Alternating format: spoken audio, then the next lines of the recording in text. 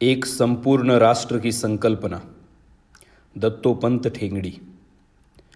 हम यदि अपने राष्ट्र का स्वरूप समझना चाहते हैं तो हमें सर्वप्रथम मैकॉले और उनके मानस पुत्रों की सिखाई हुई गलत बातें भूलनी होगी। यह सर्वविदित है कि हिंदुओं में आत्मविश्वास का अभाव निर्माण करने की दृष्टि से ही हमारा सारा इतिहास प्रस्तुत किया गया। हिंदू यदि अपना सही इतिहास जान लेंगे तो उनमें आत्मगौरव का भाव जागृत होगा, फिर अंग्रेजों का यहाँ रहना संभव नहीं होगा। अतएव अंग्रेजों की सत्ता बनी रहे, इस उद्देश्य से संपूर्ण भारतीय इतिहास का विकृतीकरण किया गया। पाश्चिमात्य लोगों ने अपने अहंकार के कारण दूसरी बात यह कही कि पश्चिमी देशों के इतिहास का जो विकास क्रम है वही विकास क्रम संसार के हर देश और हर समाज का भी होना चाहिए। ऐतिहासिक विकास का और कोई दूसरा ढंग या कोई चित्र हो ही नहीं सकता। पश्चिम में पहले सर्वसत्तावादी राजशाही थी, इसलिए उन्होंने कहा कि हिंदुस्तान में भी ऐसा ही है। वास्तव में हिंदुस्तान में सर्वसत्तावादी राजतंत्र नाम की व्यवस्था कभी नहीं रही। हाँ, अहिंदुओं के संपर्क में आने के पश्चात उनमें जो सर्वसत्तावादी पद्धति थी उसकी थोड़ी बहुत नकल हमारे यहाँ के राजाओं ने की। हमारे देश में हजारों साल तक विभिन्न शासन प्रणालियाँ तो रही, किंतु सर्वसत्तावादी राजतंत्र नाम की प्रणाली कभी नहीं रही। यूरोप के आरंभिक विकास क्रम में सामंतशाही रही, इसलिए उन्होंने सोचा कि हिंदुस्तान में भी सामंतशाही रही होगी। वास्तव में हमारे देश में सामंतशाही जैसी कोई रचना नहीं थी। हाँ, लॉर्ड कॉर्नवालिस द्वारा परमानेंट सेटलमेंट लाने के पश्चात सामंतशाही का सीमित स्वरूप यहाँ दिखाई दिया। अब तो यह बात कम्युनिस्टों को भी माननी पड़ रही है और इसलिए अब उन्हें सामंतशाही पद्धति कहने के बजाय उसको एक अलग नाम देने के लिए उसे एशियाई सामाजिक व्यवस्था कहा। किंतु यह प्रचार सदा चलता रहा, क्योंकि यूरोप में भी सामंतशाही थी, इसलिए हिंदुस्तान में भी रही होगी या होनी चाहिए। जहाँ तक धर्म का प्रश्न है, हम सब जानते हैं कि हमारे यहाँ के धर्म शब्द के समकक्ष पश्चिम में कोई भी शब्द नहीं है। गलती से धर्म का भाषांतर रिलीजन किया गया। यह विषय भी बहुत चर्चित है, इसकी अधिक व्याख्या करने की आवश्यकता नहीं है। लेकिन पश्चिम में रिलीजन की भूमिका अन्य प्रकार की थी। धर्म की वही भूमिका हमारे यहाँ भी होगी, यह समझकर उसका आरोपण हमारे सांस्कृतिक इतिहास पर किया गया। वास्तव में रोमन कैथोलिक चर्च संपूर्ण यूरोप में छाया था। उसका प्रभुत्व न केवल आध्यात्मिक क्षेत्र में अपितु भौतिक क्षेत्र में भी था। सब लोगों को, यहाँ तक कि वहाँ के राजा को भी उसका प्रभुत्व मानना पड़ता था। लेकिन इस तरह की कोई रचना हमारे यहाँ नहीं रही। हमारे यहाँ पुरोहित तो थे, किंतु संगठित चर्च जैसा कुछ भी नहीं था। और इस कारण संगठित चर्च के फलस्वरूप जो दुष्परिणाम होते हैं वे दुष्परिणाम हमारे यहाँ कभी नहीं हुए। हमारी रचना के अंगभूत दुष्परिणाम हो सकते हैं, लेकिन पश्चिम की तरह की बात नहीं थी।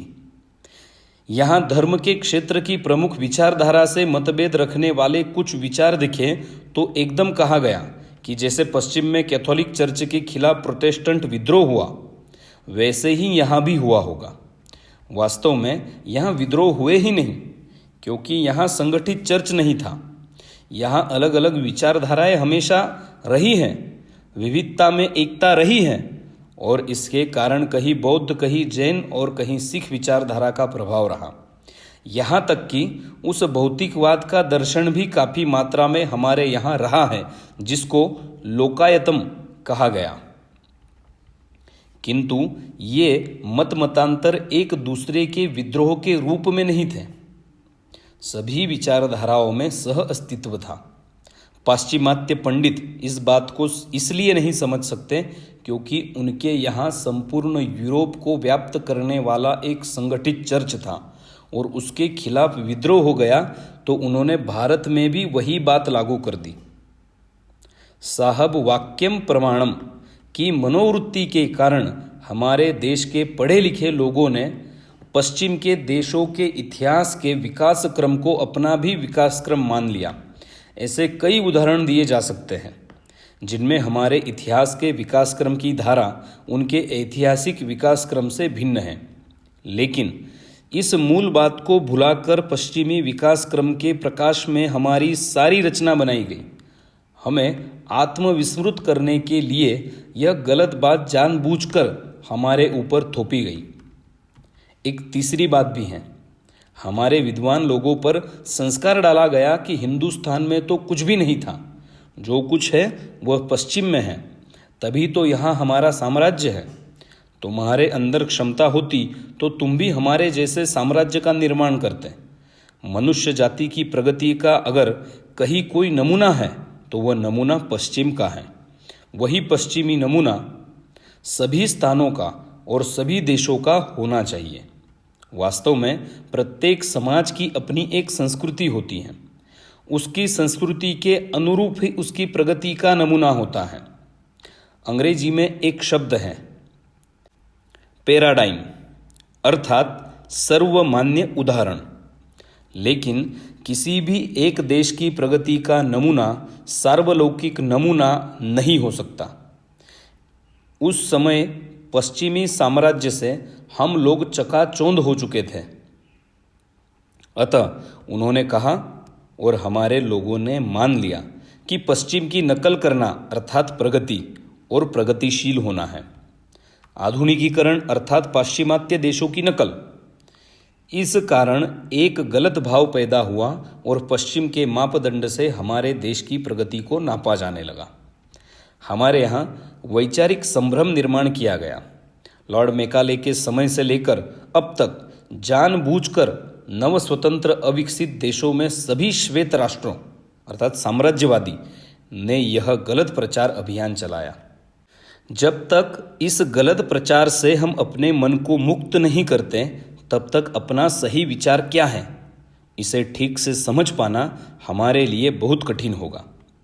जैसे मैले कपड़े को पहले धोया जाता है, बाद में उसको रंग देना संभव होता है, वैसे ही अब तक जो गलत बातें हमें सिखाई गई हैं वे भूलनी होगी और सही बातें क्या है उन्हें समझना और परखना होगा। अब यह सोचने के लिए उपयुक्त समय आ गया है कि क्या पश्चिम की राष्ट्र अवधारणा और हमारी राष्ट्र संकल्पना दोनों की जाति एक ही है? क्या दोनों एक ही संकल्पना के नाम हैं? क्या नेशन और राष्ट्र को पर्यायवाची माना जा सकता है? श्री स्नाइडर के वैराइटीज ऑफ नेशनलिज्म से तो यह स्पष्ट होता है कि पश्चिम में भी विभिन्न देशों की राष्ट्रीयता के मनोवैज्ञानिक अवयव तत्व एक जैसे नहीं हैं। अलग अलग देशों का ऐतिहासिक विकास क्रम अलग अलग ढंग का रहा है और अपने अपने ऐतिहासिक विकास क्रम के अनुसार अलग अलग देशों में गुणात्मक दृष्टि से भिन्नता रखने वाली राष्ट्रीयता की भावना का उदय हुआ, किंतु उस भावना को एक ही नाम दिया गया, राष्ट्रीयता। ऐतिहासिक परिस्थितियां भिन्न भिन्न होने के कारण यद्यपि यह भावना देश सीमा तक मर्यादित रही, तो भी इसके अवयव विभिन्न देशों में एक जैसे ही नहीं रहे। उनमें गुणात्मक भेद है। उनकी मनोवैज्ञानिक रचना और हमारी मनोरचना के तत्व एक समान ही होने चाहिए। यह आग्रह उचित होगा क्या? इस संदर्भ में अब तक चलती आई शब्दों की गुलामी के बारे में पुनर्विचार आवश्यक है। भारत में विकास का क्रम इस तरह रहा कि बिल्कुल प्रारंभ में यहाँ लोग तो थे लेकिन संस्थाएं नहीं थीं। ऐसा कहा गया कि विरड्वा इदमग्र आसित, जो लोग थे वे भी तरह तरह के थे। अथर्ववेद हमें बताता है, जन्म विभ्रति बहुधा विवाचसम नाना धर्माणम पृथिवी यथोकसम सहस्रम धारा द्रविणस्य में दुहाम ध्रुवेव धेनु रणप्रस्फुरंती। अथर्ववेद। अर्थात विभिन्न भाषाएं बोलने वाले विभिन्न धर्मों अर्थात स्वभाव धर्म के लोगों को विभिन्न प्रकारों से एक ही मकान में रहने वाले एक परिवार के लोगों के समान जो धारण करती है, वह हमारी मातृभूमि बिना हिचकिचाहट दूध देने वाली गाय के समान धन की सहस्रों धाराएं हमें प्रदान करे। पहले अलग अलग व्यक्ति थे। अथर्ववेद के अनुसार सर्वप्रथम परिवार संस्था का निर्माण हुआ। सा उत्क्रामत सा गार्हपत्ये न क्रामत, अथर्ववेद। इसका अर्थ यह है कि विराट स्थिति से उत्क्रांति हुई, गार्हपत्य स्थिति में अर्थात विवाह संस्था तथा परिवार संस्था का निर्माण हुआ। पहले गृहपति का निर्माण हुआ। उत्क्रांति की ओर अगली अवस्था में अथर्ववेद में है।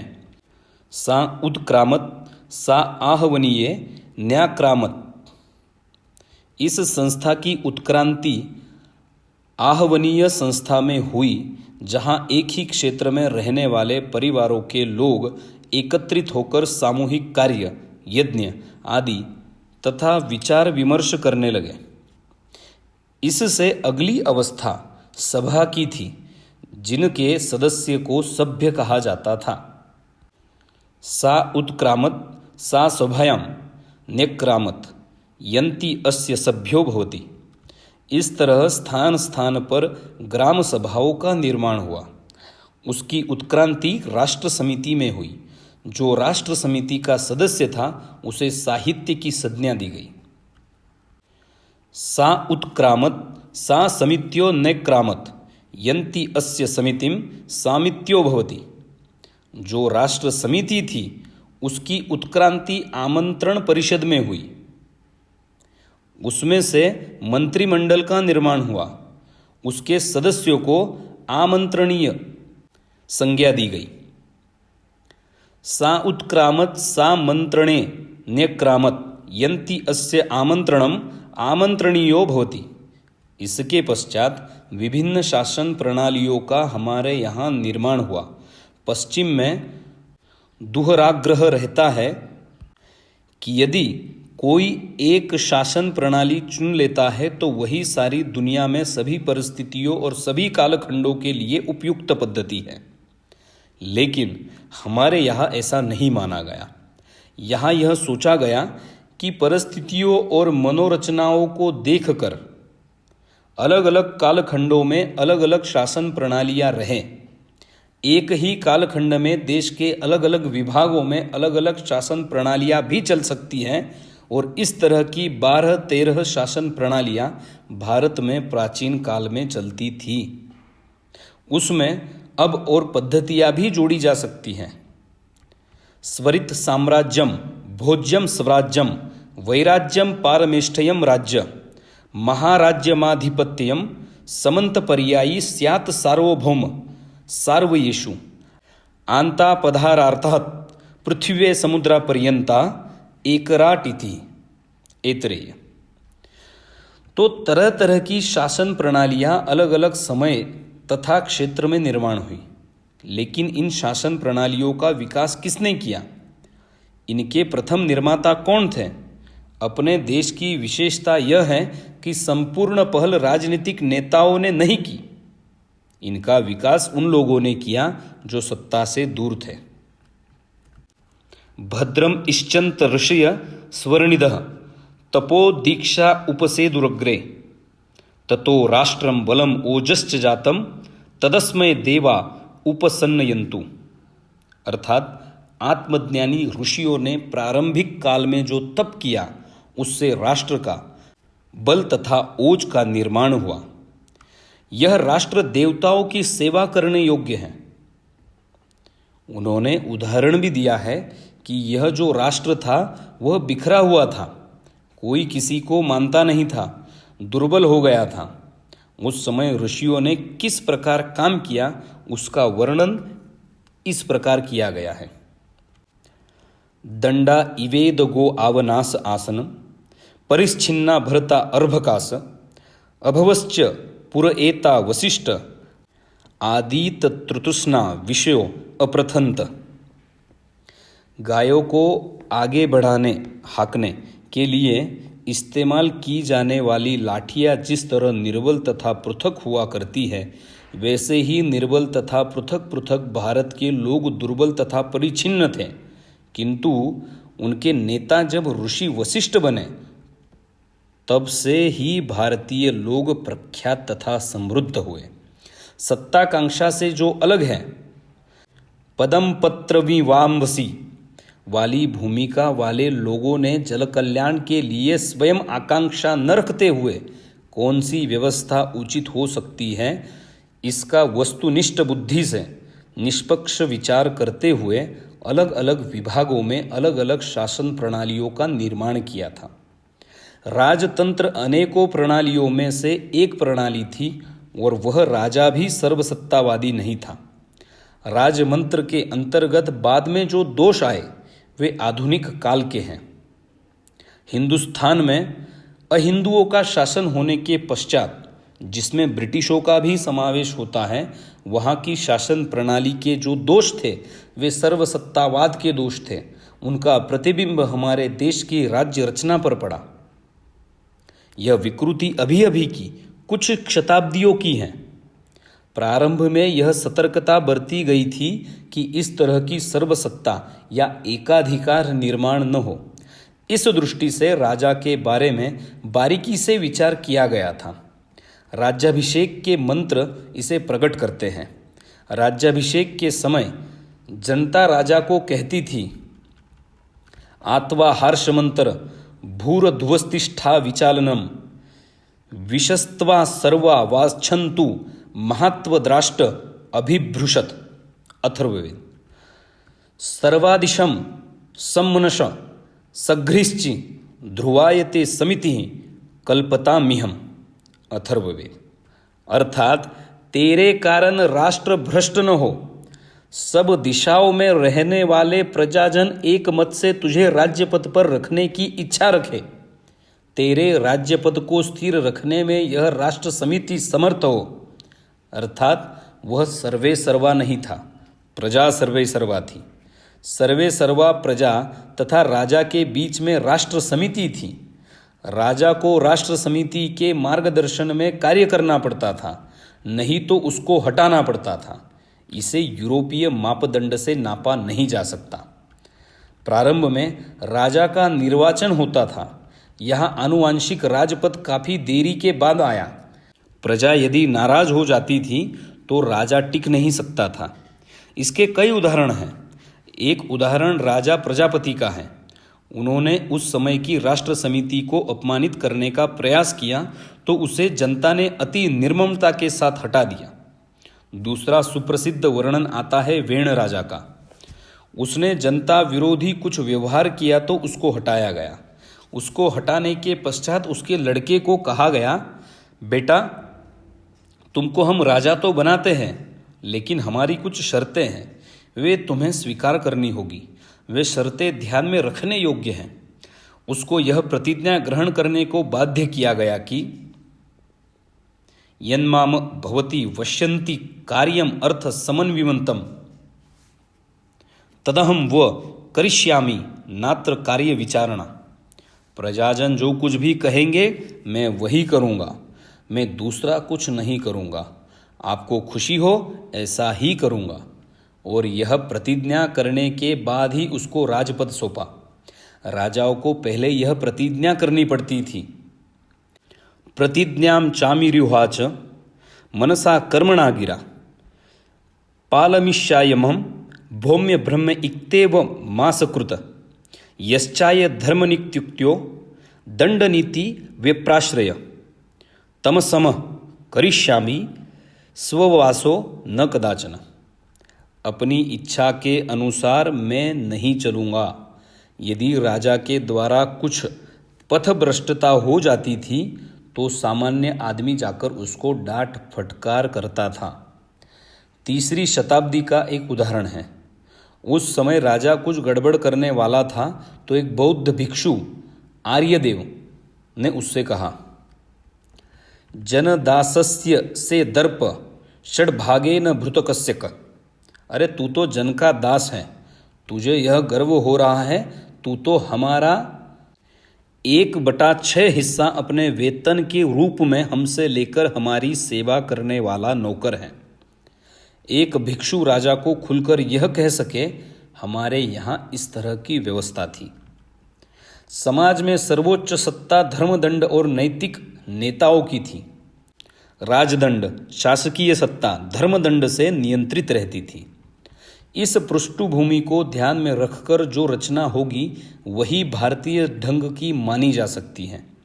पश्चिमी देशों में राष्ट्रीय जीवन में जो सर्वाधिक महत्वपूर्ण स्थान शासन संस्था को दिया जाता है वह भारत में कभी भी नहीं रहा। शासन संस्था के माध्यम से राष्ट्र निर्माण की कल्पना अहिंदू कल्पना है। इस कारण अपने राष्ट्र का निर्माण करते समय हिंदू पद्धति के अनुसार सबसे महत्वपूर्ण आधार मानना पड़ेगा सर्वसाधारण नागरिक की राष्ट्र चेतना को। उस चेतना का स्तर जितना ऊंचा रहेगा, राष्ट्र का स्तर भी उतना ही ऊंचा हो सकेगा। केवल शासकों या कुछ नेताओं की उच्च छवि निर्माण करने के सहारे देश बहुत बड़ा नहीं हो सकता। दूसरी अवस्था है ऐसी चेतना युक्त नागरिकों की स्वायत्त स्वयं शासित जन संगठनों में संगठित करना। यह जन संगठन अपने अपने सदस्यों के हितों की रक्षा करें, उनकी सभी शक्तियों का उपयोग राष्ट्र निर्माण के कार्य में हो, यह व्यवस्था करे। और तीसरी बात यह कि यदि सरकार ठीक ढंग से काम करती है तो उसके साथ सहयोग करें और गलत ढंग से काम करती है तो उसको नियंत्रित करें। इस तरह के विविध दायित्व निभाने वाले जन संगठन आवश्यकता पड़े तो वैकल्पिक शक्ति केंद्रों का कार्य भी कर सके, यह अवस्था निर्माण होनी आवश्यक है। शासन संस्था का उपयोग तो है किंतु यह सीमित है। सर्वसाधारण नागरिक की राष्ट्र चेतना के फलस्वरूप तथा सशक्त जन संगठनों के निर्माण के कारण समाज में स्वाभाविक रूप से नैतिक नेतृत्व का निर्माण होता है। नीचे से जागरूक नागरिक तथा उसके जन संगठन और ऊपर से नैतिक नेतृत्व, दोनों पार्टों के बीच में रहने से ही शासन के ठीक ढंग से चलने की संभावना रहती है। हमारे देश में तथा विदेशों में भी राजर्षि निर्माण हुए हैं, किंतु आज ऐसे लोगों को अपवाद ही माना जाता है। दोनों पार्टों के बीच काम करने वाले शासकों की सहायता करने वाला आदर्शवादी कार्यकर्ता समूह हर स्तर पर और हर क्षेत्र में सक्रिय रहा तो किसी भी योजना को क्रियान्वित करने में अधिक सफलता मिल सकती है। केवल अफसरशाही के भरोसे किसी भी देश में राष्ट्र निर्माण का कार्य नहीं हो सका। यथास्थिति में अफसरशाही का निहित स्वार्थ होता है। यदि शासकों ने परिवर्तन लाने का प्रयास किया तो वह उसमें अप्रत्यक्ष रूप से अड़ंगा डालती हैं। उन पर दबाव लाने के लिए आवश्यक है कि शासकों की सहायता के लिए हर स्तर पर लगाकर हर क्षेत्र में आदर्शवादी कार्यकर्ताओं के समूह रहे। इन सब बातों को लेकर राष्ट्र पुनर्निर्माण हो सकता है और यही भारतीय हिंदू पद्धति भी है। व्यक्ति जीवन से लेकर विश्व जीवन तक संपूर्ण जीवन की रचना का अधिष्ठान हमारे देश में धर्म को ही माना गया है। हमारे दृष्टाओं ने उन वैश्विक नियमों का दर्शन किया था जो त्रिकालावधित सत्य है और जो अपरिवर्तनीय है। यह सच है कि जैसे जैसे समय बीतता है, परिस्थितियाँ बदलती हैं, वैसे वैसे समस्याएं बदलती हैं। पूर्व काल में समाज की धारणा के लिए जो नियम पर्याप्त थे, सक्षम थे, वे बदलते समय की नई समस्याओं का मुकाबला नहीं कर सकते। इसलिए नई रचना करने की आवश्यकता होती है। अतः अपरिवर्तनीय वैश्विक नियमों के प्रकाश में अखंड परिवर्तनशील युग धर्मानुकूल समाज रचना करते रहना ही हिंदू पद्धति है। इसी कारण यहाँ बार बार नई स्मृतियों का निर्माण हुआ। वैश्विक नियमों के प्रकाश में नई रचना का हमारे यहाँ बार बार विचार किया जाता है। जो धर्म को रिलीजन मानते हैं उनके लिए यह रचना समझ पाना कठिन है। उदाहरण के लिए न्यायमूर्ति गजेंद्र गढ़कर कहते हैं, जब हम हिंदू धर्म के बारे में सोचते हैं तो उसे परिभाषित कर पाना असंभव नहीं तो कठिन अवश्य लगता है। विश्व के अन्य धर्मों की भांति हिंदू धर्म एक भगवान की आराधना नहीं करता और न ही यह किसी एक रूढ़ि से जुड़ा है।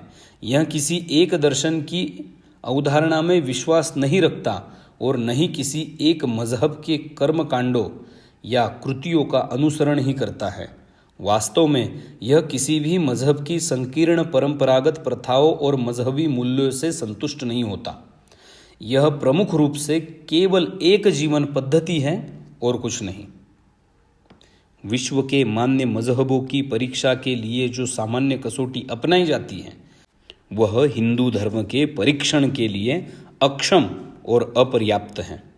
सामान्यतः कोई भी मान्य मजहब या मजहबी प्रथा निश्चित दार्शनिक अवधारणा और पारमार्थिक विश्वास से जुड़ी होती है। क्या यह कसौटी हिंदू धर्म पर लागू होती है? स्वराज्य प्राप्ति के बाद भारतीय संस्कृति के अनुकूल धर्माधिष्ठित समाज रचना करने का हमें स्वर्ण अवसर प्राप्त हुआ था, किंतु हमने उसका उपयोग नहीं किया। सनातन धर्म के प्रकाश में भारत के लिए अनुकूल रचना नहीं बनाई गई। जब तक यह कार्य नहीं होता तब तक शांति, सामंजस्य, सुख तथा समृद्धि का लक्ष्य प्राप्त कर पाना संभव नहीं है। राष्ट्र की एकात्मता का भी टिक पाना कठिन होगा। यह आवश्यक है कि सनातन धर्म के प्रकाश में अपने देश की नई रचना बने। आज की परिस्थिति में सनातन धर्म का युगानुकूल आविष्कार करने का एक महान प्रयास पंडित दीनदयाल उपाध्याय ने किया था। उनके इस प्रयास का नाम है एकात्म मानव दर्शन। इस दर्शन को राष्ट्र निर्माण की शर्त मानकर उसके प्रकाश में जो नई रचना बनेगी उसी को धर्माधिष्ठित समाज रचना कहा जा सकेगा। वही रचना समाज को धारण करने में समर्थ रहेगी। एकात्म मानव दर्शन में से उदित राष्ट्रीय संचेतना के उन्नत स्तर हमको उन परंपरागत भारतीय मूल्यों का स्मरण कराएगा जो कि वर्तमान पश्चिमी जीवन मूल्यों से विशिष्ट एवं श्रेष्ठ हैं। ये जीवन मूल्य व्यक्ति को यह विश्वास दिलाकर कि भौतिकता और अभौतिकता एक ही सिक्के के दो पहलू हैं, उसके अंतस का क्रांतिकारी आमूल परिवर्तन करने में सक्षम है। केवल भौतिक पक्ष पर असंतुलित रूप से अधिक बल देने से यह व्यक्ति और समाज जीवन में असंतुलन उत्पन्न कर देता है।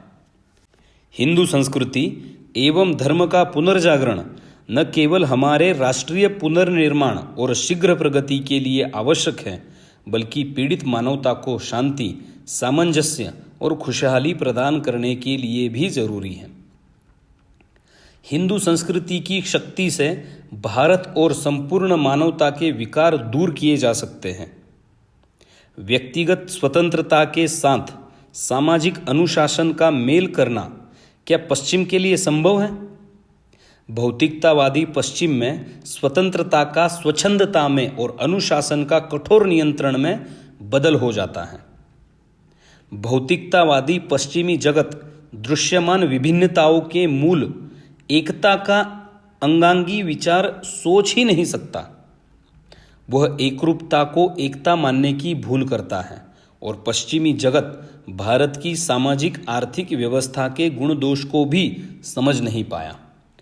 वह हमारे स्थायित्व को गतिहीनता और अपने दुस्साहस को गतिशीलता मानता है। पश्चिम के विचार एकात्मक शासन के अंतर्गत प्रशासनिक अधिकारों के अधिकतम विकेंद्रीकरण की बात की कल्पना तक नहीं कर पाए, क्योंकि यह उनकी अवधारणा से परे की बात है कि केंद्रीय राज्य सत्ता के साथ साथ कोई क्षेत्रीय औद्योगिक एवं नागरिक स्वायत्त राज्य व्यवस्था भी हो सकती है, जहां सबके लिए परिधि समान थी, जिसमें जिसका भौतिक सुख का क्षेत्र जितना अधिक होता था, सामाजिक प्रतिष्ठा का क्षेत्र उतना ही कम, और सामाजिक प्रतिष्ठा उतनी ही बड़ी, उसी मात्रा में भौतिक सुख कम, क्योंकि दोनों को मिलाकर बनाने वाली परिधि समान थी। इस कारण सत्ता और समाज का संतुलन सदा बना रहता था। यह व्यवस्था और संकल्पना भारतीय सामाजिक व्यवस्था का एक विशेष चरित्र और गुण है। पश्चिम राष्ट्रीय स्वावलंबन को अंतर्राष्ट्रीय सहकारी भावना से असंगत मानता है। पश्चिम राष्ट्रवाद को साम्राज्यवाद और अंतर्राष्ट्रीयतावाद को अपने देश के साथ गैर वफादारी की परिभाषा दे सकता है। भारत के एकात्म मानव दर्शन ने पश्चिम के टुकड़े टुकड़े में सोचने के तरीके की अनुपयुक्तता, एकपक्षीय झुकाव, असंतुलन और निरर्थकता को उजागर कर दिया है। इस एकात्म व्यवस्था ने हमें विश्व राज्य की कल्पना करने में सक्षम बनाया है। इसमें विभिन्न राष्ट्रों की अपनी अपनी संस्कृतियों के विकास और ऐसे मानव धर्म का प्रसार और संरक्षण करने की क्षमता है जो भौतिकता सहित सभी मजहबों के योगदान से समृद्ध हो। हिंदू संस्कृति ने जीवन के भौतिक और औद्योगिक मूल्यों को समेकित करके एक ऐसी समग्र व्यवस्था का विचार किया था जो मनुष्य को उसके व्यक्तिगत विकास के लिए प्रेरित किया करती थी। हमारे यहाँ जीवन के भौतिक पक्ष की न तो उपेक्षा की गई और न ही उसे बहुत महिमामय ही माना गया। परिणामतः दो प्रकार की प्रेरणाएं यहाँ जन्मी, भौतिक और अभौतिक। भौतिक उपलब्धि में सांसारिक आनंद का सुख था, किंतु समाज में प्रतिष्ठा और मान्यता अभौतिक मूल्यों पर आश्रित थी। लेकिन यहाँ एक शर्त थी कि भौतिक आनंद तथा सामाजिक सम्मान दोनों किसी एक व्यक्ति को साथ साथ नहीं मिल सकता। आर्थिक सुख और सामाजिक सम्मान में किसी एक को चुनना होगा। भौतिक सुखोपयोग जितना कम होता था, सामाजिक मान्यता और प्रतिष्ठा उतनी ही अधिक होती थी। समाज में पूरी तरह समानता थी। आनंद और ऐश्वर्य का अवसर प्रत्येक व्यक्ति को बराबर प्राप्त होता था, किंतु किस व्यक्ति को कितना अधिक सामाजिक सम्मान और कितना अधिक भौतिक आनंद चाहिए, यह उस व्यक्ति के चयन पर निर्भर करता था। समाज में प्रत्येक व्यक्ति प्रेरणा की समान परिधि में रहता था। इस परिधि में दोनों ही प्रकार की प्रेरणाएं उपलब्ध थी। यदि भौतिकवादी प्रेरणा की परिधि को बढ़ा कर दिया जाता था तो अभौतिकवादी प्रेरणा की परिधि स्वतः संकुचित हो जाती थी। इसी प्रकार यदि अभौतिकवादी प्रेरणा की परिधि को बढ़ाकर दिया जाता था तो भौतिकवादी प्रेरणा की परिधि संकुचित हो जाती थी। जैसा कि कहा जा चुका है कि प्रत्येक व्यक्ति अपनी अपनी प्रेरणा चुनने के लिए स्वतंत्र था, अतएव वास्तविक और स्थायी समानता प्राप्त करने का यही वैज्ञानिक हिंदू दृष्टिकोण था। जीवन का चतुर्विध लक्ष्य प्राप्त करने की इस अवस्था के कारण स्थायी और वास्तविक समतावादी व्यवस्था की स्थापना की जा सकती है। प्राचीन भारत में यह मनोवृत्ति योजना में भी प्रतिबिंबित होती थी। योजना का मूल उद्देश्य उस प्रगतिशील धर्म को अभिव्यक्त होता था जो अभ्युदय और निःश्रेयस को सुनिश्चित करे। इन दो बातों में से केवल एक से संबंध रखने वाली कोई योजना एक पक्षीय और समाज का संतुलित विकास करने में अक्षम होगी। व्यक्ति का व्यवहारिक रूप और आवश्यक न्यूनतम आध्यात्मिक उत्थान करने में अक्षम होगी। व्यक्ति का व्यवहारिक रूप और आवश्यक न्यूनतम आध्यात्मिक उत्थान उसे अपने श्रम के फल को समाज के चरणों में समर्पित करने की प्रेरणा देगा। इस निष्ठा की भावना के अभाव के कारण ही विभिन्न व्यक्तियों के विशिष्ट गुण, आदर्श और उपलब्धियां संपूरक होने के स्थान पर प्रतियोगी हो जाती हैं। हमारे समाज में जन्म लेने वाले प्रत्येक व्यक्ति को भौतिक स्तर पर जीवित रहने का अधिकार था। प्रत्येक व्यक्ति के स्वभावानुरूप कार्य करने के अधिकार को उसका मूल अधिकार माना जाता था। यह विडंबना है कि संविधान ने अभी तक कार्य के अधिकार की भारतीय व्यवस्था को मूल अधिकारों में शामिल नहीं किया गया है। यह सामान्य रूप से सभी को मान्य है कि जब तक जीवन की न्यूनतम आवश्यकताएं उपलब्ध नहीं हो जाती हैं, व्यक्ति उच्च जीवन आदर्शों पर अपना ध्यान केंद्रित करने की मानसिक स्थिति को प्राप्त नहीं कर सकता। व्यक्ति का सर्वांगीण विकास तब तक संभव नहीं है जब तक उसे उसके गुण कर्म के अनुसार काम नहीं मिल जाता। व्यक्ति के गुण कर्म के अनुसार रोजगार का प्रबंध भारतीय सामाजिक व्यवस्था का विशेष गुण था। समान गुण कर्म और समान रोजगार में लगे व्यक्ति एक पेशे के परिवार के रूप में माने जाते थे। समान उद्योगों में कार्यरत समान वित्तीय परिवार की इकाइयां मानी जाती थी। समान औद्योगिक परिवार मिलकर क्षेत्रशः और उद्योगशः सामाजिक आर्थिक समूह की संरचना करते थे। हमारे यहाँ आत्मानुशासन पर सर्वाधिक बल दिया जाता था। विभिन्न स्तर पर उत्पन्न होने वाले विवादों को लोकप्रिय पंचायतें अपने स्तर पर समाधान कर देती थी। राज्य का हस्तक्षेप बहुत कम था। स्वयं राजा को भी समाज के उन नैतिक नेताओं द्वारा निर्धारित नियमों का पालन करना होता था जिनके पास न सत्ता होती थी, न शक्ति और न ही संपदा। इस विषय का विशद विवेचन आगे किया गया है। संक्षेप में यह हमारे समाज का चित्र था। इस प्रकार की स्वयं संचालित, स्वायत्त, स्वयं शासित सामाजिक आर्थिक इकाइयाँ अपनी जो योजना बनाती थी वही विस्तृत राष्ट्रीय योजना का आधार होता था। भारतीय चिंतन के अनुसार यह एक आदर्श स्थिति है। यदि राज्य को योजना का एकमात्र अधिकारी मान लिया जाएगा तो एकाधिकारवाद अवश्यंभावी हो जाएगा। यदि विभिन्न हितों वाले वर्गों को अपनी समस्याओं को हल करने का अवसर नहीं दिया जाएगा, यदि समाज में नैतिक नेतृत्व का अभाव होगा और प्रत्येक समूह अपनी अपनी ओर खींचतान करने को बाध्य हो जाएगा, तो राष्ट्रीय योजना की कल्पना असंभव हो जाएगी।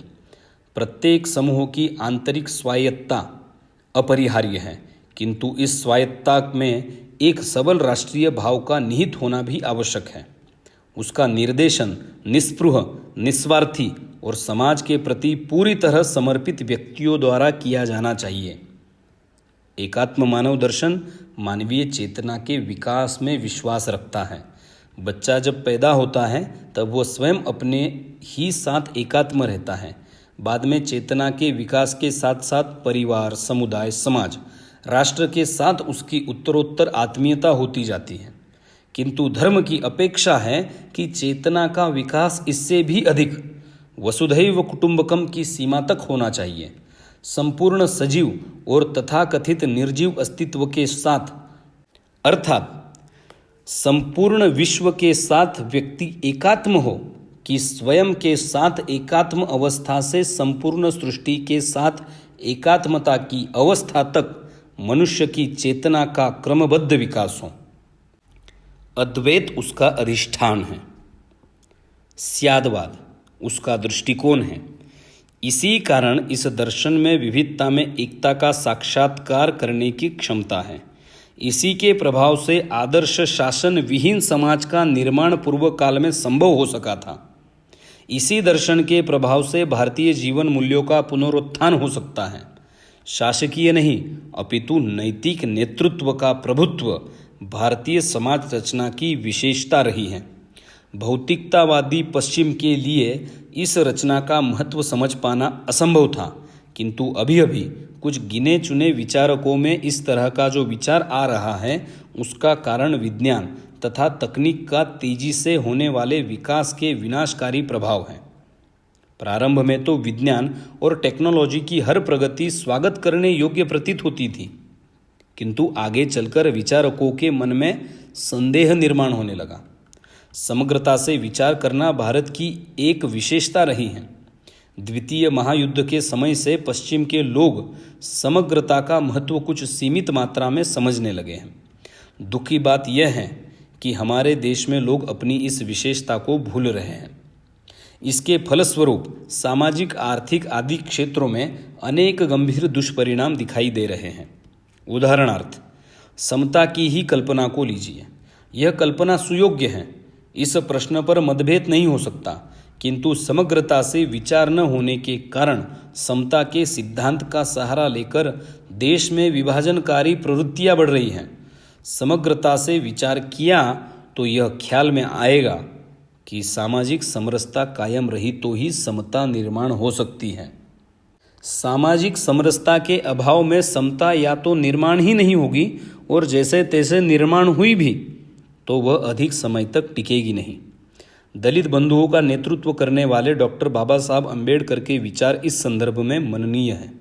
वे कहते हैं, मेरा सामाजिक तत्वज्ञान निश्चित रूप से 3 शब्दों में प्रस्तुत किया जा सकता है: स्वतंत्रता, समानता तथा बंधुभाव। फिर भी ऐसा किसी को भी नहीं समझना चाहिए कि यह तत्वज्ञान मैंने फ्रेंच राज्य क्रांति के आधार पर लिया है। मेरे तत्वज्ञान की जड़ें राज्य शासन में नहीं, धर्म में है। मेरा गुरु बुद्ध है, उनकी शिक्षा से यह सिद्धांत मैंने निकाले हैं। मेरे तत्वज्ञान में स्वतंत्रता तथा समता का स्थान है, किंतु अपरिचित स्वतंत्रता से समता का विनाश होता है और विशुद्ध समता में स्वातंत्र्य के लिए गुंजाइश नहीं होती। मेरे तत्वज्ञान में स्वातंत्र्य और समता का उल्लंघन न हो, इसलिए केवल संरक्षण के नाते विधि को स्थान है। किंतु मुझे ऐसा नहीं लगता कि स्वतंत्रता और समता के विषय में होने वाले उल्लंघनों के विरुद्ध विधि गारंटी दे सकती है। मेरे तत्वज्ञान में बंधुता को बहुत उच्च स्थान है। स्वतंत्रता और समता के उल्लंघनों के विरुद्ध संरक्षण केवल बंधु भावना से ही हो सकता है। इसी का दूसरा नाम मानवता है और मानवता ही धर्म का दूसरा नाम है। राष्ट्रीय स्वयंसेवक संघ के द्वितीय सरसंघचालक श्री गुरुजी ने भी स्पष्ट रूप से कहा था कि समता का एकमात्र आधार यह साक्षात्कार ही हो सकता है कि सभी जीव मात्र एक ही चैतन्य के अंश हैं। फिर उस चैतन्य को आप भगवान कहे या शाश्वत सत्य कहे। विचारों में समग्रता न होने के कारण समता का सिद्धांत विभेदनकारी हो सकता है। यह कल्पना डॉक्टर अंबेडकर को भी थी। उन्होंने स्पष्ट रूप से कहा कि पिछड़े और दलित वर्गों को वर्ग संघर्ष का, वर्ग युद्ध का निर्माण करने का अवसर नहीं दिया जाना चाहिए। विचारों की समग्रता के कारण ही डॉक्टर अंबेडकर के लिए यह कहना संभव हुआ कि इस विचार पर कोई आपत्ति नहीं हो सकती कि यह देश जातियों और वर्गों में विभाजित है और यह तब तक एक और स्वयं शासित समुदाय नहीं बन सकता जब तक अल्पसंख्यकों की सुरक्षा की संविधान में समुचित व्यवस्था नहीं की जाती। लेकिन अल्पसंख्यकों को यह बात ध्यान में रखनी होगी कि यद्यपि आज हम वर्गों और जातियों में विभाजित है, लेकिन हमारा आदर्श और लक्ष्य एकताबद्ध भारत है। अल्पसंख्यकों द्वारा इच्छा या अनिच्छा पूर्वक की गई किसी भी मांग पर जो राष्ट्र की एकता को तोड़ती है, इस आदर्श की बलि नहीं दी जा सकती। आज की परिस्थितियों में विचारों की समग्रता का अभाव कितना विनाशकारी हो सकता है, यह समझना कठिन नहीं है। पश्चिम से प्रभावित होकर हम अपने निजी दर्शन को भूल गए। वास्तव में आज पश्चिम के विचारक मार्गदर्शन के लिए भारत की ओर देख रहे हैं और हम पश्चिम का अंधानुकरण करने के प्रयास में हैं। कैप्रा के समान कई विचारों को लग रहा है कि नक्षत्रों की तरह चलायमान वर्तमान व्यवस्था के रूप में हम परावर्तन के बिंदु पर पहुंच गए हैं। वर्तमान संकट रोम की पुरानी राजतंत्री संस्कृति के आधुनिक युग में प्रवेश की संक्रमणावस्था के कारण है। इस मोड़ पर पश्चिम को सही दिशा दिखाने की क्षमता सनातन धर्म तथा उनके युगानुकूल आविष्कार के रूप में एकात्म मानव दर्शन में ही है। इस दर्शन को ठीक ढंग से समझ लिया तो राष्ट्र का संपूर्ण स्वरूप कैसा रहे, यह ध्यान में आ सकता है। इस दृष्टि से केवल संकेत के नाते कुछ प्रमुख बातें निम्न तालिका में बताई गई हैं। अर्थात यह केवल दिशा दर्शन है, किंतु इसके आधार पर आगे की कल्पना कोई भी विचारक कर सकता है। तुलनात्मक सामाजिक रचनाएं, दृष्टिकोण के अंतर। पक्ष जैसे दर्शन, पूंजीवाद के लिए भौतिकवाद, साम्यवादी के लिए भौतिकवाद, हिंदू चिंतन एकात्म मानव दर्शन। मनुष्य का रूप, पूंजीवाद के लिए आर्थिक प्रणाली, साम्यवादी के लिए आर्थिक प्रणाली, हिंदू चिंतन देह मन बुद्धि आत्मा। जैसे लक्ष्य, पूंजीवाद के लिए व्यक्ति की भौतिक संपन्नता, साम्यवादी के लिए राज्य की भौतिक संपन्नता, हिंदू चिंतन व्यक्ति का धर्म अर्थ काम मोक्ष। नमूना, पूंजीवाद के लिए क्लब जीवन, साम्यवादी के लिए मशीनी जीवन, हिंदू चिंतन मानव शरीर। अनुशासन व स्वतंत्रता, पूंजीवादी के लिए व्यक्ति को उच्च श्रृंखलता की सीमा तक छूट, साम्यवादी के लिए शासकीय अनुशासन। और हिंदू चिंतन उच्च श्रृंखला रहित स्वतंत्रता तथा वैचारिक आबद्धता रहित अनुशासन, संपत्ति का अधिकार, पूंजीवादी के लिए अनियंत्रित, साम्यवादी के लिए कोई अधिकार नहीं, और हिंदू चिंतन आवश्यकता पर आधारित न्यूनतम, यावद्रिभ्रियेत जठरम। कार्यपद्धति, पूंजीवादी की शोषण, साम्यवादी की शासन द्वारा शनै शनै जप्ती, और हिंदू चिंतन है यज्ञ दान। प्रमुख भाव, व्यक्तिवाद पूंजीवादी के लिए, साम्यवादी के लिए राज्य सत्तावाद, और हिंदू चिंतन है अंगांगी भाव। प्रक्रिया, पूंजीवादी के लिए स्पर्धा की भावना, साम्यवादी के लिए जबरदस्ती, हिंदू चिंतन है सहयोग।